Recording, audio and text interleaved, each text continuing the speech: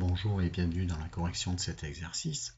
Alors, un fabricant de meubles dispose d'un stock. Parmi les meubles en bois, 1/10 est fait de chêne, alors qu'au total, 3/4 des meubles sont en bois. Et il nous faut déterminer la proportion de meubles en chêne dans ce stock. Alors, tu peux relire un petit peu plus attentivement cet énoncé de façon à ne pas commettre d'erreur. Alors moi, déjà, tu vois, ce que je vais te proposer, c'est de faire un petit schéma vite fait à main levée. Alors moi, je me suis un petit peu appliqué parce que j'ai pris le temps de préparer cet exercice pour mieux te l'expliquer. Mais toi, tu peux le faire vite fait avec, si tu veux, des zones approximatives. Ce qui compte, c'est de bien comprendre sur quoi porte telle ou telle proportion. D'accord? Alors justement, en parlant de proportion, on me demande de donner ce résultat en proportion. Alors si tu donnes 1/2 à l'arrivée, qui n'est pas la réponse ici, ou 50% qui revient au même en pourcentage, ce sont deux bonnes réponses. Ici, proportion, on attend de toi soit une fraction, soit un pourcentage. Moi, je pourrais te donner les deux. Voilà. Alors, la première chose, moi, que je vais faire déjà, c'est de représenter le stock parce que tout est une histoire par rapport au stock. C'est ton stock qui nous intéresse. Alors, je vais te faire sur la droite un petit schéma, tu vois. Voilà, par exemple. Alors, moi, j'ai pris soin de prendre, disons, un carré de 10 sur 10 carreaux visible à ton écran. Voilà. Donc ça, c'est tout ton stock. Et ce que je vais placer en premier, si tu veux, c'est ce qu'on me dit finalement après. Au total, si tu veux, tu as 3/4 des meubles qui sont en bois. Donc si tu veux, ça c'est ton stock, tous tes meubles, et il y en a les 3/4 qui sont en bois. Alors donc je vais faire à peu près 3 parties sur 4, tu vois ici, pour représenter 3 morceaux sur 4 qui sont en bois.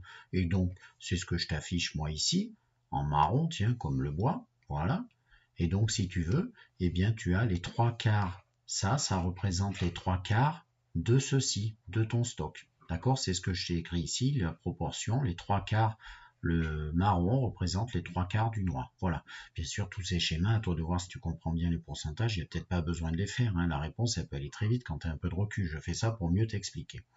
Ensuite, il nous faut placer la quantité de chêne. Alors, parmi les meubles en bois, donc attention, parmi ces meubles en marron, ici, là, cette quantité symbolisée par mon schéma en marron, 1/10 est fait de chêne. Alors, 1/10, déjà, habitude, 10%, mais bon. 1/10 est fait de chêne.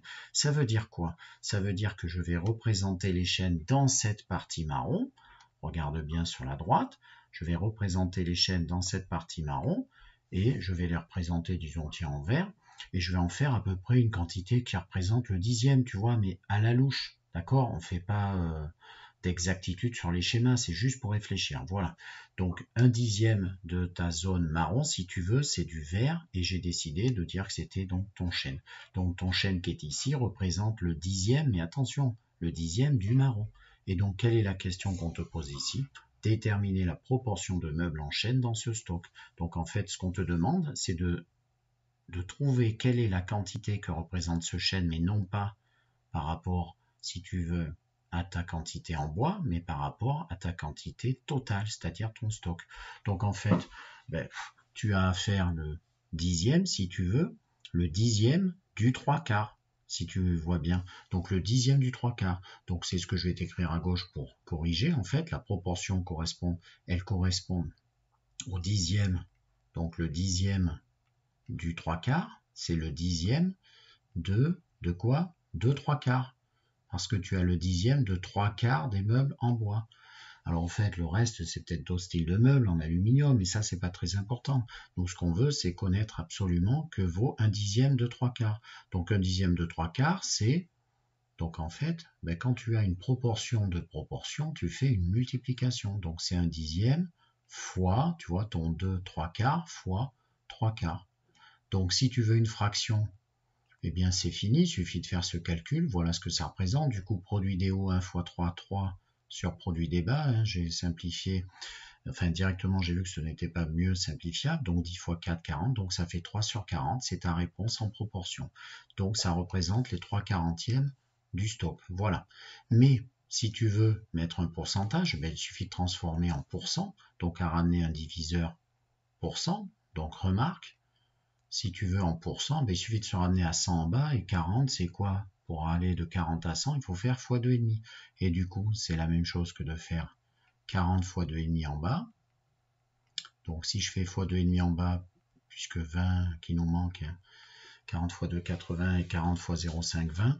Ça va me faire 100 en bas. Et du coup, il faut également, pour avoir la même fraction, la même proportion, faire x 2,5 en haut. Ce qui fait en haut 7,5 et en bas, du coup, 100. Et donc, ça fait 7,5%. Voilà, si tu préfères en pourcentage. Donc, 7,5% qui s'écrit avec le symbole pourcent, quoi. Donc, 7,5%. Voilà. Donc en fait, la réponse, si tu veux, c'est qu'en fait, tes chaînes, tes meubles en chaîne, ils représentent 7,5% du tout. Voilà. Si tu voulais raisonner sur les pourcentages, regarde mon laser. 1/10, bon, tu peux le garder, mais 3/4, c'est 75%. Donc, 1/10 de 75%, c'est 7,5%, tu vois. Voilà. Ce qui clôture cet exercice. Au revoir.